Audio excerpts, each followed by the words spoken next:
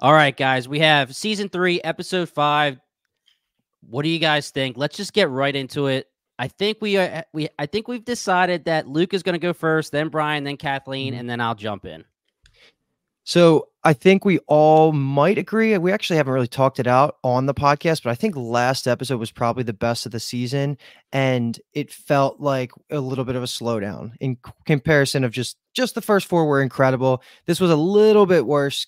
Still right on track for being a great season. And the last episode, actually, it looks like it's pretty much settled as the highest of the series on IMDb. So it seems like the community's raving about it. And of course, this one's not out in the public yet. So we'll see. It's yet to be seen how they'll react to this one. But there were some very frustrating moments of this episode with how they tried to have the characters sit down and talk to each other for the first time of the whole series. And I thought the writing was pretty poor for some of these Yeah. interactions. Like I almost questioned like were these Simpson townspeople like in the level of stupidity and like their reactions. I had to pause and walk away for a second. Granted, the end was one of the most satisfying things ever when everybody got to realize like this is why Boyd is the way he is, and he's deserved to be reacting and leading in the way that he does. So that was like a moment of like, thank God, at least we got to end on a little bit of a thumbs up from me. And my God, I hate Dale so much. So like that was like dessert too, because hell yeah, watching him die that way was great for me. He was the worst. But yeah, the diner scene, I'm gonna have a lot of things to say about.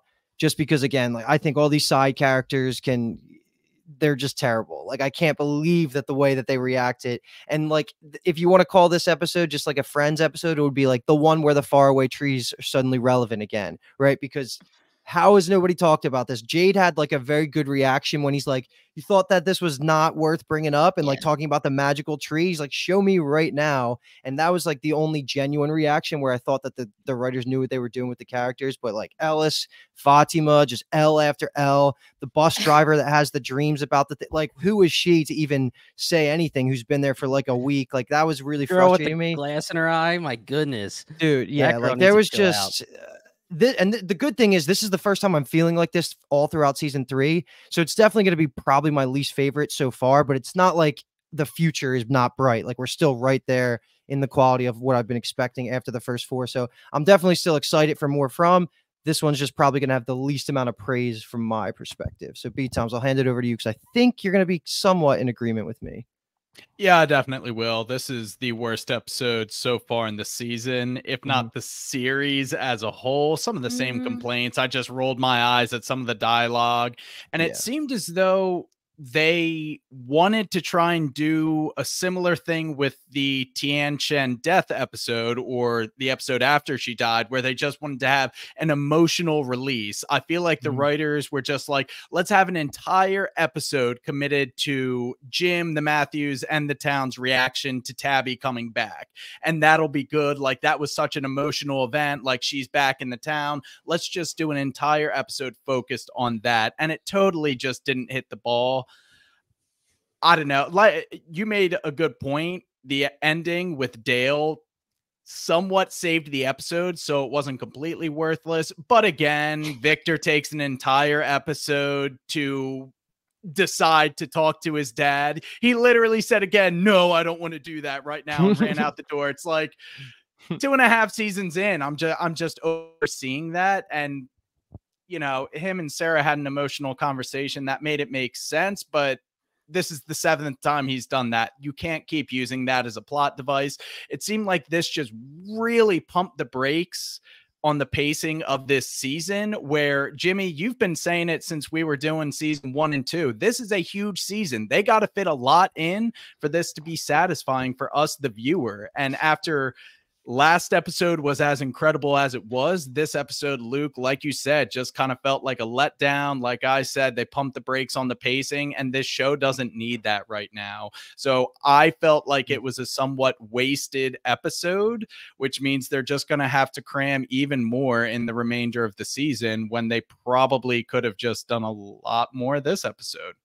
Sarah's been great, by the way, though. Fully forgiven. Oh, yeah. That's exactly where I was going to lead. I'll take it. So I want everyone to roll the tapes back. I've been a Sarah stan way longer than I ever should have been. Like I was like loving Sarah over Kenny for some reason. She like killed his dad. And I'm like, let her off the hook. She's fine. Like, I love these Sarah Victor moments. I do agree that Victor, the shtick is getting a little old, but I will say that emotional beat between Sarah and Victor of him saying he's expecting a kid. I'm this, as I said before, 70-year-old man now. Like, well, he's expecting something different. So, I agree with everything Brian and Luke said there. Very slow episode. I didn't fully think it was useless. Like I said, like the Sarah Victor stuff, Jade and Tabby getting together. I need them to just like stay together. They're the plot movers. They're the ones who are actually going to like put their heads together. She has all the things happen to her, and he's the thinker and the curious one and the one who's going to make things happen. So you need to like take her brain, put it in his brain, and get some action going. So I'm happy those two are together. And then lastly, I'm going to give an honorable mention to Elgin and Jolie, because I seriously have thought in an episode where the dialogue was pretty much trash, that was the most normal conversation I've seen on this show. Them getting high, fucking messing around in the basement with these costumes, taking pictures of each other. They have the best chemistry I've seen on this show. It's felt like the most natural thing I've seen, and I was delighted by it because I was like, okay, we're chilling. There's got to be moments where we're chilling and having conversation. Like, they would want to get high and just mess around and be like, I got to get out of here. They're both having very stressful, separate situations. So having this moment was good. So I just want to give them, even though it really didn't have much to do with the episode, besides them just sharing their, shared experiences of being haunted in this town. It was. You don't think the camera is going to come into play or in any way? Like, I thought there was going to be a in the back or something. Same. I thought they were going to look at the picture and then she was going to have a PTSD like Phantom monster around her. Something. I do think it'll come into play for sure, but for now, Are they going to date, Kathleen?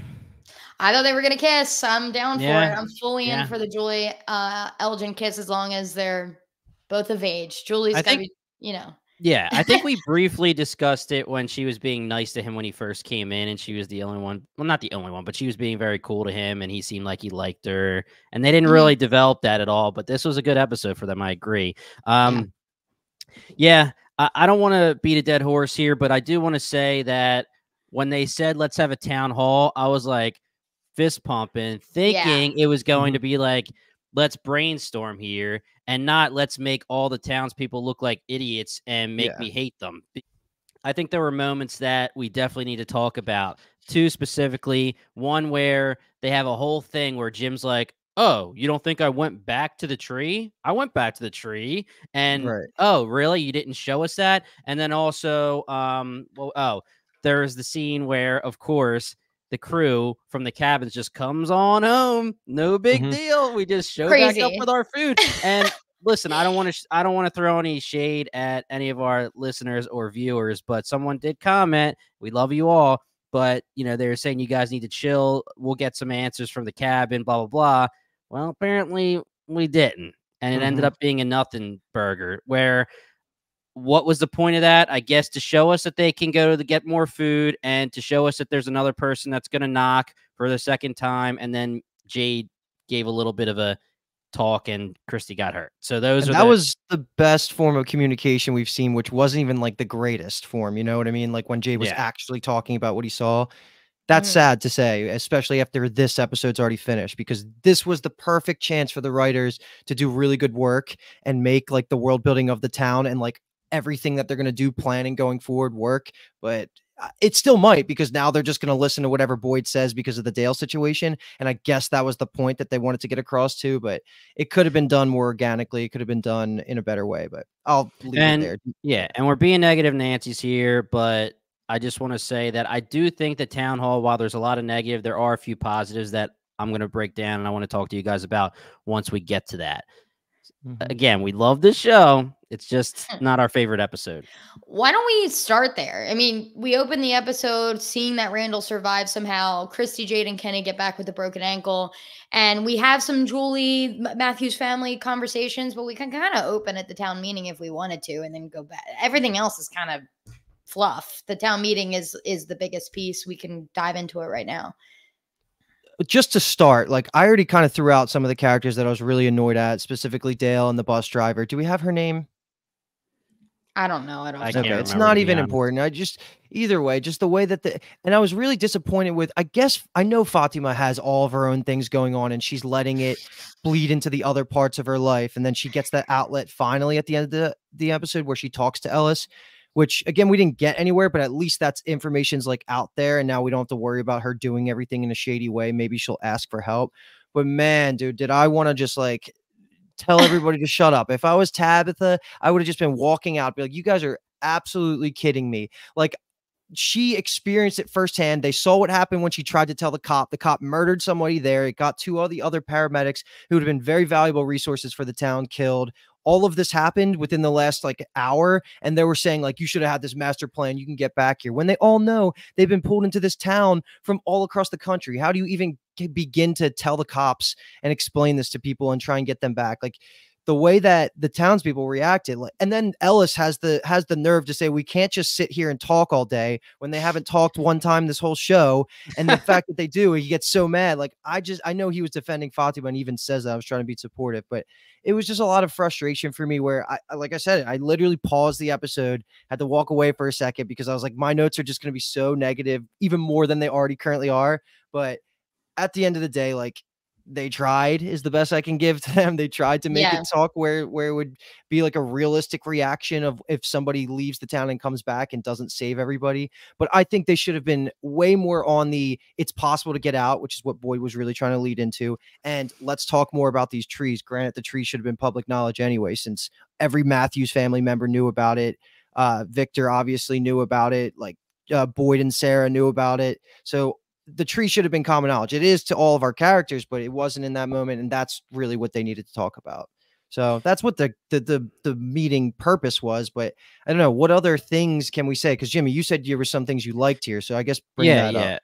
So I'm not necessarily saying I liked it. I'm just saying positives to maybe push the story a little bit further. But the first thing is I totally agree. I mean, I think the town hall had a purpose in the way of what the writers were what the writers were trying to do was to show how frustrated everyone is that they got out, or Tabitha got out and then got sucked back in, and well, you didn't do anything. I get it, but for them to point specifically at Tabitha and say you didn't do enough, like you didn't do this, you didn't do that. I will say that Jim is an LVP for this episode because I do like that he was defending her and he was getting pissed off. Now, he's gotten pissed off and annoyed at certain people for no reason, when he's like randomly like, don't go near my kids, or, when he did it to Victor and this and that. But I thought this episode was good where he was like, dude, shut the hell up. MVP, not LVP. No, I said he's not an LVP for the first time. Oh, understood. Okay. So, not quite an MVP, just not an LVP. Right. He's definitely not the MVP. He's just not an LVP. So yeah, but he's never the MVP. But yeah, like the fact that they all came at Tabitha, you have girl with the glass in her eye. You have just random ass people that you're just going to throw into this story or in this episode just to say something mean, and you would think that they wouldn't go there. I get the frustration and I know that what they were trying to do. I just think it made a lot of them look bad. And Dale was made to look awful, which is fine because we all hated him anyway. And it paid off at the end of the episode. Now, what I wanted to talk about is Fatima. I took it a little bit different than you, Luke. I definitely took it like she's frustrated with what's going on, but I was wondering in my head when I was watching if her personality is changing based on her changing. Wow, like it wants to cause chaos, being like a monster potentially, if that's where her route is, because that's amazing if that's like what they're doing. Like either she is now under some other type of control where she is purposely causing chaos, or just the fact that now that she's not technically Fatima anymore, she's not going to be the positive ray of sunshine. I mean, Jesus, you see this episode and you compare her to season 1, it's totally two different people. She would have been the girl being like, guys, don't yell at Tabby. She's trying her best. I can't believe you're yelling at her. And she just lost her shit. Now, Ellis, it's whatever. I'm going to give him a pass. It's still, he annoyed the hell out of me too. But I do think that this is purposely showing Fatima's change. I hope it's not just, hey, I'm frustrated, even though that makes sense too. I do think it was some kind of other change going on inside I of like it. I like Yeah, it. it's like her chemistry makeup is changing. If it's not like the monster itself, it's like herself is changing. I actually really like that because she's lucky she's pregnant. She was about to get slapped. She was about to get slapped. God Dude, damn. right? She I was was so like, mean. She was being very mean, and like if I was Tabby, I'd be like, I would exactly be like Jim and be like, I don't owe any of you guys anything. I just went through freaking hell. You guys thought I was dead. My family thought I was dead. I showed up in a gosh darn hospital, and it's like I didn't go on a vacation here. I followed a lunchbox that took me to freaking Victor's dad's house, and I didn't go on a park trip. I went to go to the bottle tree that I thought was important, and then I got a car smashed into me. yeah. It's not some kind of vacation. You know, I And was I Thank you. love- That's how I felt. That's how I I felt. love Yeah. that, like, the person who believed me is now in the trap with us. Like, I did get somebody to believe me, and now they're in the Right. trap here. And I like Like, that not Victor's good dad enough. was like, I believed her. But the thing is, like, Victor's dad has like a tie to this place. That's how Tabby could prove it to Victor. There's no proof to anybody else that doesn't have a tie to the actual place. They're all going to think she's kooky. And I think she did a good job trying to explain that. Everyone, I don't blame them all, like we've been saying, but it was a tough scene to watch because you're just like, Jesus, you guys are so season 1. Like, you got to catch up, baby. Like, Oh, watch yeah. the episodes. Wow, am I going to be the defender of the townspeople here? I've Yes, you actually are. said it a couple times that, like, this is Fromville we're talking about. People are allowed to react to their new reality however they want. And I kind of think of it akin to like The 100, where Clark, Bellamy, Octavia, they're the only 3 that know all the information and have it all. Yeah. Like, and they keep it in their little inner circle. Like, it's Boyd, Donna, maybe now the Matthews parents. They're the only ones that even know anything about anything. It is well chronicled that they don't share this information. So all the townspeople have heard was Tabby got back into the real world. She went through a stinking tree. Like, that's kind of all that has been disseminated to them. They're panicked. They're scared. And to defend Fatima, who is, you guys were saying, complete character shift for her. She is the only one. Well, I guess they all have a sense of urgency to get out because there's monsters that will kill them. She is about to give birth to, maybe it's a monster, maybe it's a kid. She's eating spoiled vegetables. She knows something is horribly wrong with her pregnancy right now. And at the very least, she's just like, she's got to be thinking, I cannot give birth to this kid in Fromville, or that will be the culmination of whatever is wrong with me. I got to get out now. Not to mention, she hasn't shared this with anybody yet, except for a little bit Tilly, and by the end of this episode, Ellis. So she is the only person that is like on a ticking clock. I got to get out of here in the next couple months. You're saying you got out of here, and you're talking in vagueness and kind of being like, it's not that easy, guys. Yeah, I called my mom, but I didn't. Victor's dad. I mean, come on. Like, I tried. It's like, you didn't really try that hard, and we were kind of making fun of her for how little she actually tried to present this to the authorities. And I get it. Yes, people would, she's crazy, especially how she was found. What I did love about this meeting is how the cop or the paramedic that killed Nikki caught a stray. She was just like, it's you guys. Tabby tried to convince me and I didn't believe her. And someone's like, you killed someone last night. Why are you even here? And that is not the first time that she caught a stray, because she was like, Boyd, I think I have the solution to everything. And he just says, sit down and shut the hell up. Like, literally get out of my office. What? Been here 48 hours? Are you kidding me? So to bring that all full circle, I've said it before. These people are scared. They're frustrated. And Boyd, Donna, maybe the Matthews are the only ones that even have that much of what's going on. For our podcast only non-YouTube people, my fingers are very close to each other. That is a very little amount of what's going on that they have, and they have not disseminated that to the rest of the people. So they have no idea. All they know is Tabby got out, and they're really not saying how.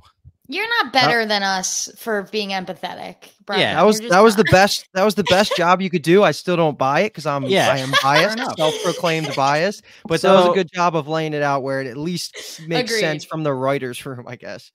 Yeah. So what I'll say to that, Brian, is as a viewer, that's probably why we are so against the townspeople. Your point of view makes sense 100%. But the thing about it when I'm watching this is all these townspeople, if they don't know anything, go freaking do something then, bro. If you want to go look for a faraway tree, go do it. Boyd might yell at you, but I mean, how do you think Tabitha and Jade and anybody else found anything out? I mean, Tabitha didn't go up to Boyd and say, hey, do you think I can go to the faraway tree with Victor and then go inside the tree and go in the lighthouse and go into the real world? She just freaking did it. You know, like Dale just did something and it ended up being bad and it proved Boyd's point. But I agree with you where I don't think they reacted too badly, but it didn't make me think that as a viewer, I liked them any better. I liked them worse, some of them. I just think that that as a viewer, some of the responses are not my favorite. I just wasn't down with a lot of them. I think the writing did them a disservice because all of their comments were like NPC level, like exactly. Yeah. They didn't really give them any depth. It was just like, this is the angry mob. This is Tabby. Have at her. I mean, and that it could have all been done a little bit better. Let's also remember that the writers painted themselves into this corner by having no information spread for 3 seasons. Like that's the reason we're here, for this to even be a discussion. So that aside, like, I guess when you lay it out like B. Toms did, it is the best that they could do with the corner that they painted themselves into. Yeah, I mean, I fully agree with what you're saying about Fatima and how she has a baby coming and she's basically freaked out and she needs to get the hell out. But I don't buy giving Tabby all the shit they gave her. I mean, they said it in the episode. What the hell would do if you went? I mean, Tabby goes to the cops. She doesn't make it back to Fromville, whether she wanted to make it back or not. She'd be in a asylums, you know, whatever you want to say, a mental hospital. She would not be doing anything else unless Fromville's entity could actually manipulate even further and have the cops not actually arrest her or something. So I just don't know. Victor's dad did call the cops and was this close, even with having the connection of getting her arrested regardless. So like, she would have had to have so many cards line up. Everything would need to be working in her favor for her to get anywhere, to even have people on the outside start searching, let alone get back. So, and if you're Tabby, and if you are any of the people in Fromville and you go into the real world, do you really think the answer is to go to the cops? Do you think the cops are actually going to find the fallen tree that falls anywhere in the country that sucks you into some snow globe of a freaking entities? This entity controls this village. What she did was she didn't know what to do at first, but then she followed the breadcrumbs and got to Victor's dad's house and got some answers about Miranda. I mean, I think she did the best she could when it comes to trying to figure out what's going on based on what Fromville sent her to do, or the boy in white sent her to do, or whatever it is. I like the snow globe metaphor. Yeah. Thanks. There's a picture of it in the Victor. I think Victor draws it, a snow globe, which that is a nice little Easter egg. There's a picture of a snow globe drawn, and it was from like season 1, I think. And it shows the tunnels underground in the snow globe. Really? That's pretty cool. So who knows about it? Did Victor know about when he drew it? I don't know, but it's a cool Easter egg. Let's pivot quickly because we talked about a few things. I was actually laughing at Boyd yelling at Ellis. It was so funny. He's like, take your pick. Which one? Yes. Like his body language and the way he was so absolutely fed up with everybody. And like, you know, this is my son. I'm about to scream at him. I don't care. And I think Ellis deserved that. I really do. And then later when he was yelling at the cop, I personally don't think the cop deserved that. Like, I get she freaked out, but again, we're giving grace to all these people who are they're in these awful circumstances. She's been there for not even 1 second and watched 2 people get ripped to shreds, and then she was just shooting. I don't think that's technically her fault. She didn't even know the people in the house would be good or bad. But man, Boyd yelling at her too. I was like, damn, this is funny. Boyd, I don't know that we've talked about it much. There's a few moments in this season where Harold Perrineau really makes me laugh. In all 3 seasons, there's a scene with him and Father Kotri where he's like about to shoot him or something, and it made me actually cackle. It was a couple seasons ago, it was when Father Kotri was still alive. But just shout out to Harry because, you know, he's got the comedic beats in a show that is not funny at all. I totally agree. I think he has been a phenomenal actor. Like, he has quickly become, I think he's jumped Jade in my rankings of characters. I don't know when it happened, but I think I slowly have made that transition. Jade's still number 2, but Boyd is just, he just gets shafted left or right. And like, he has to figure all this out. And I think his acting was just like you said. I think I had a good note in there right when he started yelling at Ellis, and then when he yells at Dale at the end, when he's like, "Who's next?" Like, I love all of that. It's so good. Yeah. When he gets passionate, I get passionate, and you can really feel Mhm. that as an actor, like outside of the character himself, he's crushing it. He's a better man than me, because if I was in that diner and Dale was saying what he was saying, I would have been like, here's the door. Go do it right now. Go in there. Have fun, man. Let's see what happens. It obviously worked out for him anyway because Dale did it anyway. But I would have lost my shit and I would have said, yo, go do it. I don't care anymore. If you're going to give me shit, then just freaking do it, man. Right. Can When I a just qu- throw a couple things out from the before the Sure. diner scene just to put Mhm. it out there? Kenny did spread the information that there's a cabin monster, which thank God. Oh, you see the thumbs up? It's a thumbs up. So Kenny spread that information. So that's going to be something that hopefully like people know and we can actually have a payoff for. And then I hate that again, I'm going to put Boyd down for a second. When they do talk about the lighthouse through Tabby's perspective, he still never says me and Sarah saw, or was it both him and Sarah or just him that saw it? Mm. Him and Sarah saw it. It was like a landmark. Right. Yeah. So Yeah. there was, yeah. he made it seem like it wasn't something that he knew about or should have been telling people about, but that was just all stuff that happened in the beginning. And I think that's really it. And then I'm actually a little happy that Randall survived. I just want to put that out there too, just because he's spice in this town. So, and he's definitely not going to die from that sickness like Nikki did after the fact. Otherwise, that just feels like a copy and he's paste. alive. So I think he's going to be a thing going forward. He might be anti-Boyd now. Oh, 100% anti-Boyd. Yeah. Another thing from the before is we know that communication has been lacking. It did seem like Tabby sat them down and explained to the full Matthews family, like, this is what happened. Even to Ethan and Julie, like, just let you know, like, FYI, which I enjoyed and I liked, because normally she would have taken Jim to the side and then Ethan and Julie would be like acting up, trying to figure out what's good. But I'm glad they know, because Ethan and Julie have seen enough, I don't think. Jade but that's helped where facilitate that too, because he Yeah. came in Correct. and he was like, and like Jim was going to hit him for a second. Yeah. Yeah. Know what the funniest part of that scene was? When Tabby was like, you know what, Jade, you're right. We probably should go to the bottle tree. And Ethan's like, I want to go too. And Jim puts his foot down. He's like, are you kidding me? These kids cannot lose a parent. 2 episodes ago, when we thought you were dead, I put myself in harm's way. But now I'm the good parent. Are you Didn't mad, even Tabby? think about that. Oh my I God. thought about it. Yeah, no, I fully agree. He's back to LVP, but I will say that I agree with him about don't let Ethan know where the tree is because he'll wander off and go to it anyway. Yeah. That's fine. But yeah, the whole Jim's just, whatever. Yeah. We don't need to beat that dead horse, but yeah, he's a problem. This is now the correct parenting. It's just the hypocrisy from 2 episodes ago where he threw caution to the wind. It had to be pointed out. Right. Yeah. And I know I already alluded to it earlier in the episode, but I did have a problem with Jim saying I went to the tree by myself and Tabby wasn't there. I don't like that was never shown to us, or at least said earlier, because that seems pretty important. Well, that's the same thing that they did with saying that Jade or that Victor and Tabby told us about the tunnels earlier this season. Just a conversation that happened in between season 2 and 3 off screen. But yeah, let's move on to any final thoughts on the Julie and Elgin thing, because we mentioned it, but is there, Jimmy, I'm looking at you, I guess, do you have any theories on what's going on with that camera? This one there might not be enough breadcrumbs to really have anything out there. No, I expected to see like Phantoma, the skinny, scary lady. I expected to see her in the background of the picture when she took it of Elgin. Maybe that'll happen at some point. Obviously this is a horror trope. It's been in plenty of movies and TV shows where you take the picture and it's not there, but then it's on the picture.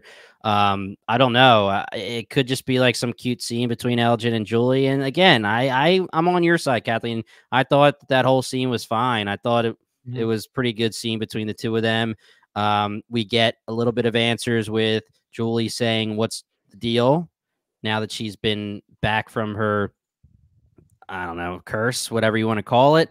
And she just hears screaming and it feels like it's part of her. And, that sucks. I mean, she's not hearing voices, which I guess is good, but she's hearing screaming, which could it be her own? Could it be all the other people in the past that have been, chained up like the 3 of them were? Who knows? And then Elgin actually gave her some information about what's going on with him and told her about Phantoma. And it was kind of one of those things where he was like, I don't know, maybe she wants my help, which I think She that said that, right? She said help last yeah, episode. he's telling Yeah. Julia, I think she wants my help, and she did say help me. And if you go towards the theory that this could actually be Fatima's future, we don't know the connection between her and Elgin if there is one, but you know, if Fatima ends up turning into a monster or turning into this lady, which I really wish and I hope it's not going to be that, but if she does, you know, you can see where it's going to be something where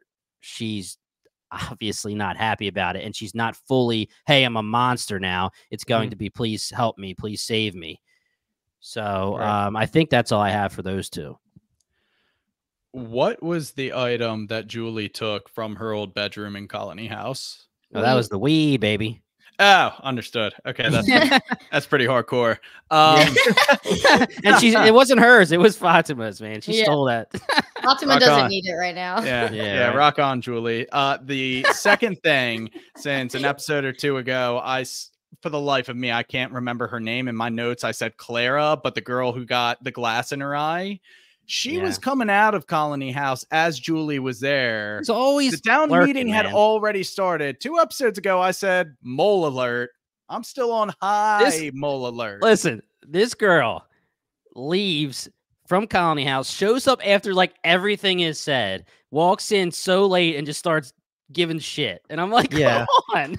And she's always been the nice one. So it's just weird how they decided to do that. But whatever. I don't know. I was just making the joke in my own head, man, cracking myself up while I'm watching this episode. Nah, but I was saying this girl, this actress, I'm glad she's getting work, but as of now, she has no importance, but they just keep throwing her bones randomly. Without Nikki and Dale, she is now the most prominent C or D tier townsperson. She might be on Death Watch. Yeah. But okay, so let's do this, Kathleen. I'll throw it to you real quick, just because there's only one other scene I think that Fatima's important in, and it is her telling Ellis and getting caught eating the fruit, the vegetables. Anything? Did you feel the emotion there? Like, I know you're not the biggest Ellis fan, and I am less of a fan after this episode. Like, it's still not really doing it for you. No. I don't even have really much to say. Fatima, I've always really liked. Ellis just doesn't feel like a fleshed out character to me still. And together, they're supposed to be like this heartbeat couple of the show, and I just don't feel it. Like, she's way more interesting without him almost. But I'm glad she told him. I'm here for that. I'm here for advancing that plot to see if they can stop it or do something. They've got to tell people, you know, something. But I just don't feel it emotionally. It's not a them problem. It's a little bit of a show problem. Because like Christy and Marielle, like there's these things I just don't feel the love. Like I'm watching Bly Manor right now and I want to die from the chemistry from Jamie and Danny. Like I want to die. It's so good. You know what I mean? So I think there's a little bit of a chemistry problem. Kenny gets me feeling, but that's about it. Which oh no. There's people that makes me feel, but couples and stuff, right? They're just not doing it for me in the show, which is okay. Yeah, Julie and Elgin are on stocks up. Yeah, I don't come to front for love. Yeah, you don't come to front for love, so I'm fine with it. And I've not really had too much of an issue with Ellis. My question to you guys is, did she say enough? And are we going to get more later when it came to her freaking out and giving some information to Ellis? I think it's going to be important for Fatima's character that she tells him everything ASAP. You know, she said, oh, here's the crops, but she didn't say, I'm freaking going to the dead body and licking the blood off my fingers, which, you know, the dead crops is, hey, Tilly said it could be not a big deal, pregnancy cravings, blah, blah, blah, blah. She licked eggshells. Well, licking blood off your fingers, sticking your hand in the bullet wound of a dead body, that is way different. And my theory is that she is going to tell Ellis. I don't know if she's going to tell him right away, but she's going to tell him, I hope soon. And he's going to try to keep it a secret. And she's going to want to tell everybody. And he's going to be the one that says, I'm protecting you. You're not going to tell anybody. You're not going to tell anybody. You're not going to tell anybody until it's freaking too late. And then it's going to be a huge problem because it's going to be whether she's too far gone as becoming a monster or the baby's too far gone as becoming a cursed child / monster, whatever it is. I think it's going to be Ellis's fault. I really do. I think that he's going to be the one that makes her not tell anybody. Interesting. And then she'll either turn into a monster or die, and then he's going to have to live with that. And a lot of people think that he's going to be the one who has to kill her, like Boyd and Abby. I wasn't on last episode, but I agree with you guys. The coolest thing Fatima could do is become a night monster. Like, it really is how iconic. And will she have her memories from before and be able to use that against people? Like, I just think that would be so cool. I might say I'm rooting for it at this point. Yeah, agreed. And I like Fatima. That's just Me too. Just a cool fate. Yeah. Me too. All right, do we want Shall to we hammer talk out about- the Victor stuff? Just like the Yeah. there's not a lot of plot here. This was more emotional beats, and like you, Kathleen, I mean, I did not feel it. Especially, I actually do think Victor's actor's good as much Yeah, like I shit on agree. his Yeah. on his tendencies. That's more of a character issue I have than an actor issue. And I did get I felt it when they hugged and stuff, but everything around it, it almost felt like, was there anything else to even break down for us? Like, there's no theories So- we can really have yet. Well, I think that Victor's actor is great. And I've been saying this whole entire season and prior that, you know, we do have to cut Victor some slack with how he acts because literally he was a child who was raised in this town. And we're talking about these people in the diner, and some of them might have been here for a day versus 6 months, maybe a year like Fatima, and Victor's been there for 30. So he's obviously going to be screwed up. I think one important thing, which as long as he's telling the truth, is going to be very important. And when they hugged, he said, I didn't know how to get home. Now, we could assume he didn't know how to get home, but Victor's withheld so much information for so long. I talked about he drew the tunnels before we knew about the tunnels. There's so much stuff that he definitely knows that hasn't been told to us yet, that I don't necessarily think he always knew how to get home or anything, but I like that he said out loud, I didn't know how to get home, Dad, because we have seen him say, this is my home, blah, blah, blah, where we wondered, is he withholding on purpose? So not enormously important, but I do think it was cool that it was said.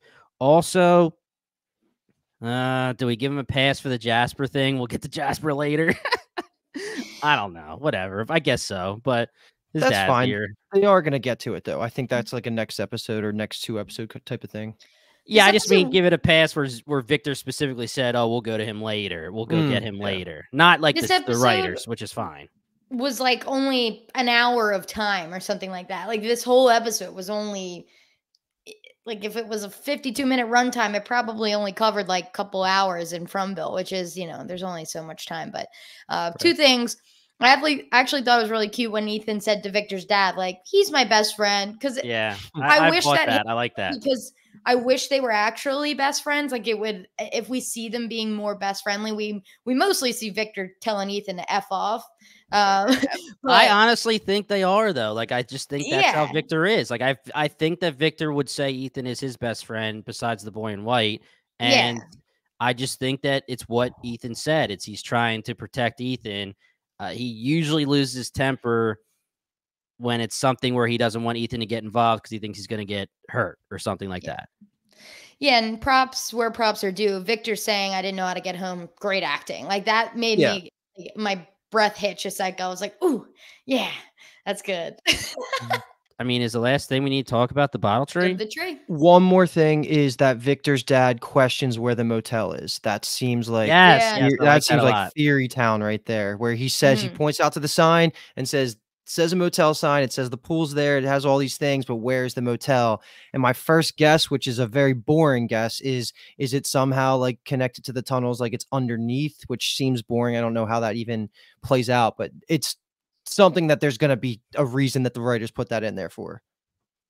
Yeah, and I did see with the fandom, there have been people posting pictures of the motel sign and being like, why isn't there a motel? That's been a question in the fandom for a little bit, which is cool. I don't know. Like, what do you mean, Luke? Do you think like it caved into the tunnels, the motel, or caved in. It could like teleporting clearly is a thing with like the trees, but that seems like a little bit of a stretch to have a whole building teleport. But there's going to be something. Yeah, there's not like there's definitely gonna be something. Yeah. Cool. Any other thoughts? We can just go right to the final sequence. Let's do it. Let's definitely just take it into two parts, like at the tree and then after Dale pops up inside the pool, because it is definitely important. And I guess this is something that you've talked about in the past, Jimmy, is the bottle trees, right? Like Jade gets there with Tabby and they start looking into some of the bottles, and they're, of course, naturally, at least I'm happy that they guess that it's potentially years, but then they have one that says 2659. Like that is there, which could lend itself to the theory about like the time loops and like the future predetermined birth of future chosen ones. But that also seems unlikely, having it 2659. Anything? B Toms, Kathleen, what do you guys got? I was thinking February 6th, 1959. Okay. That's what happened to That's me cool. in my head. But if everything's 4 digits, that would imply that nothing happens in October, November, December, right? Because then there would be 5 digits. Wait, explain what you're saying. Every bottle has 4 numbers in it. Oh. So you can only be like January 8th. You know what I mean? Okay. That makes sense. Yeah.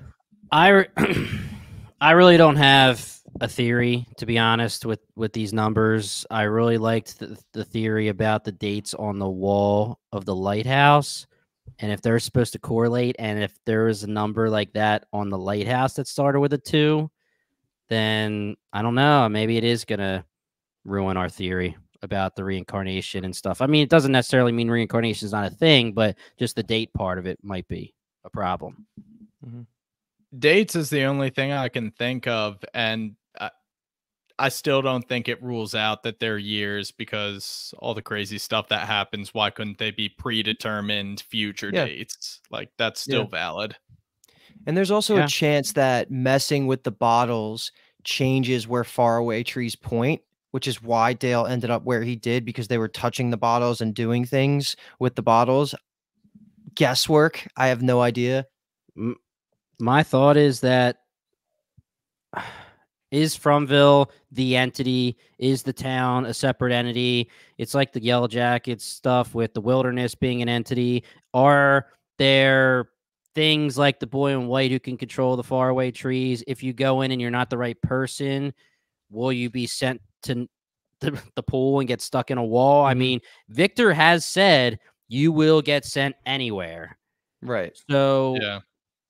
It's been canon that you can go anywhere, and I mean, I was expecting that. I wasn't expecting to see him in a wall. I was expecting him to actually be gone and then not figure it out for a little bit, and then find out he went somewhere bad eventually. So I'm glad we got the payoff right away. But I don't know. Can the town control it? Why would the town control Tabby going one place, somebody else going another? Is it the boy in white? I really don't know if it's even worth theorizing that kind of stuff yet. Not yet. Yeah. I was laughing so hard at how comfortable and confident Dale was walking up to that tree. I just immediately took the notes. Thank God he's about to die. That was like my first thought. I was like, hell yes, because just the way I'm gonna save you guys, like I'll be right back. Like just oh man, I'll be right back, Kathleen. Yeah, right. I'll be right back. But it was gruesome, and I love how they did it where you can displace matter rather than just popping up in places. Like he was literally put inside of a pool, and he it's like bled out, I guess, because of Banffin. the concrete and stuff being, it could have been, who knows how it really works, but I didn't know what I was going to see when Boyd started walking over to it. I thought it was going to be the first time we ever saw one of the faraway trees. Victor threw like an acorn in it and it fell from the sky. I thought it was going to be like a splattered Dale. Yeah, that's what I thought too. It's not super important probably, but it is new information that you can literally like be inside things. It's like you said, Nightcrawler is a perfect example of how it can happen in a worst case scenario situation like it just did. But yeah, man, when Boyd gives his performance here, it was so good, and he didn't know what he was going to do. He was going to pop him in the head, and then he just turns around, who's next? And like Donna didn't chirp up, like she didn't say anything. Everybody just kind of understood, okay, this is where we're at now we understand why Boyd does the things that he does. And I just got chills like at the end. I thought, again, Boyd's acting is incredible. Yeah. On Cooey. Yeah, I'll kill you, mother truckers. So I think that there's one more thing that I want to say when it comes to Jade's conversation with Tabby. And when he starts actually giving her information, he says to her, I saw your Aunt Kiwi children. And she was like, whoa, what do you mean? Like, what happened? And he lets her know that it was like the sacrificial altar, like we've all been talking about. And then he says, I looked up and it wasn't actually a symbol, but it was the roots of a tree, which we knew that. We knew that when we saw the vision. But to say it's not a symbol to me is kind of important because we've been calling it a symbol for so long. And are we going to just say now that what he's been seeing, what Christopher was seeing, was literally only the roots of that tree from above etched into their mind, not like a symbol that they may see certain places that mean something, like a cult symbol or whatever? I mean, have we seen the symbol? Like, is the symbol in the caverns, in the tunnels drawn? I know that he sees it in the tunnels, or I mean, I know he sees it in visions. Has it been proven to be drawn places? I can't remember. I thought someone said they did see it in the caves. Yeah, I think it was in the caves, to be Yeah. honest. But I just think, yeah. I think this is good what you're pointing out. I took the impression that it still does have some symbolic importance, significance. It's not just the roots that the kids were forced to stare at, presumably for a while they were on the slabs. I think it's still kind of its own entity, which we're going to see again in a different setting. My wonder is if, so when we see it now, it's just caved in, or however you want to say it. It's just dirt, I guess. I don't know. Whatever it looked like. It looked like it was just caved in, so there was nothing to see.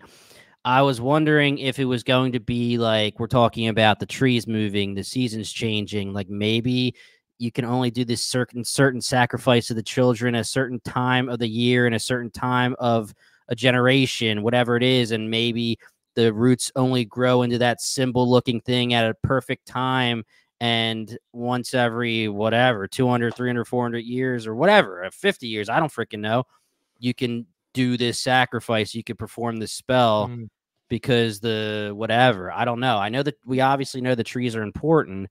So, and what was the number on that? 2659 was the bottle number. Now I was going to say maybe you could even refer to a time, but that doesn't work either. Yeah. So I don't have too much else to say when it comes to the symbol, but I did like that it was specifically brought up out of his mouth to say it was the roots of the tree. Yeah. That'll still be Jade's path for sure. Like there's so much more for him to explore there.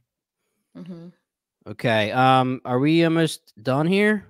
I got nothing else. I don't know much. So I want to call out a theory that Girly Bot on our Discord was talking about in our Discord channel, bingetowntv.com/Discord. We're having a blast with everybody jumping in and talking theories, talking about what they thought of the episode. But Girly Bot basically gave us the gist of a theory where she was saying that she was wondering if Kill the Boy, when it came to Sarah having it etched into her arm by the entity, by the monsters, whatever you want to say, everybody assumed that Kill the Boy meant Ethan, and then there was a theory that Kill the Boy meant the boy in white. But what if Kill the Boy meant Victor? Because in the last episode, we find out that Victor saw Christopher and Jasper speaking, and he saw too much, and he heard something that he shouldn't have heard, and he was a child at the time. And it seems that maybe the massacre occurred because Jasper noticed, or the entity noticed, that Victor saw what he shouldn't have saw, and he was the target. Miranda, and I'm adding some of my own to this theory too, but the assumption would be that Victor would go to his mom and tell her, hey, I just heard something I shouldn't have heard. This is what I heard. And she knew it's time. We got to go. She hides Victor and Eloise successfully, so Christopher isn't able to kill them. Everybody else dies however they die, Christopher killing them / the monsters killing them. And is Victor one of the most important parts of the show? We obviously know that he is, but Kill the Boy. Now, my problem with this is two things. Number one is maybe Kill the Boy is okay when you talk about Victor if you're thinking of the entity as ageless, maybe. So in his or her or its head, Victor is still a child, because at what he saw was a child you know, walking in on a conversation. So kill the boy. You know, Victor could still be a boy to him or her or it, whatever. That's kind of okay if you can explain that to me. But my other problem is just, why would you call Victor a boy if you can see everything that's going on? You know, we know that the entity can see things. We know that the entity knows what's going on. So why would you say the boy for Victor? I really like the theory. I think that the problem would be, if that theory is true, is that the writers purposely said the boy to get us off the track of the right answer, to confuse us, to make us think Ethan or Boy and White and not Victor. Still not. I don't think that's going to be the answer, but I do like the thought process, because that's one of the things that still sticks in my head the most, of us getting a satisfying answer to what that is and why Sarah's not hearing the voices and being directed to do certain things anymore. But again, it could be season 1ism things where you're just trying to build the mystery and kind of add to the spookiness. But who knows? We should get that answer more than just like what the voices were for Sarah. We need to know things like that. Yeah, I agree. I think I like the theory because I want an answer. So I'm like, yeah, bring that back up from season 1. I like that. But yeah, I'm not sure I'm bought in on it, but I still like the theory in general. Yeah. Agreed. And going back to my reincarnation theory, I'm still fully in on it, with Tabby being the one that's chosen to save and Jade is chosen to destroy. I think that Jade is Christopher reincarnated. We never did see Christopher's body, so that could blow up the theory. But the one thing that I will say is that when Victor was discussing and talking about Christopher, he said he saw the symbol and then he started getting unhinged. And if you post pictures of Victor in season 1 and Victor in season 3, he's wild looking. Okay, he's definitely getting a little cray. Jade, yeah, like he's all Victor. like. You say, yeah. Okay. Yeah. You're seeing Jade in season 1 verse 3. Yes, he is starting to become more unruly. Like there's so many characters in this show that look the same from season 1 to season 3, and Jade is fully nice haircut, dressing nice, and they're purposely doing this. I mean, full beard, hair going wild. He's obviously acting crazy. I'm in. I think that's what it is. I bought in on that too. I liked that last episode when I listened in. I bought in too, and going along with the theory about the kill the boy and the whole Sarah thing, maybe this is coincidence, but we know Miranda and Tabby, 2 girls, Christopher, Jade, 2 boys, maybe just taking it super surface level, kill the boys, just like the boys, the evil entity, like kill that guy. If Sarah was being led in a positive way, then, right? Yeah, to kill Jade, I guess it would have been. Yeah. Okay. And that makes sense, because he would have shown up right at the end or the beginning of episode 2. I mean, we have no idea if the boy in white is the first chosen or something like that. You know, but the problem is that he would be bad then, I guess, because if we're going by gender, I don't know if the reincarnation would stay gender with male and female or whatever. But I don't think he could be the first chosen, because Marissa or Tabby don't exhibit anything that seems like they're on the path to become the boy in white. Plus, he exists. That seems different. Like, he currently exists while Tabby exists. If Tabby wasn't the anointed chosen one, I would think it had more weight, but who knows? All right, we good? We're good. I think we're good. All right, guys. Episode 5 is in the books. We have episode 6 coming next week. Thank you to MGM Plus for these screeners. We'll get these out as soon as possible for you. Join our Discord. Talk to us. It is a blast. I gave Girly Bot a shout, but we've been shouting some of our friends throughout this season. We are talking theories, reviews, just thoughts, questions, pictures, anything you're finding on Facebook and Reddit. It's just a blast, and we are going to keep shouting you guys throughout this season and as we continue with any other show we cover, because the Discord covers so many different shows, so many different movies. If you like what you heard, check us out at bingetowntv.com or bingetowntv.com/podcast. That'll bring you to the Apple Podcast app. You can find us on any of the apps if you just type Bingetown TV. Like I said in the intro, we've covered so much. We are covering so much in the future. Join us. Be our friend. We're having a blast. Once again, we are Bingetown TV, and thank you so much for listening.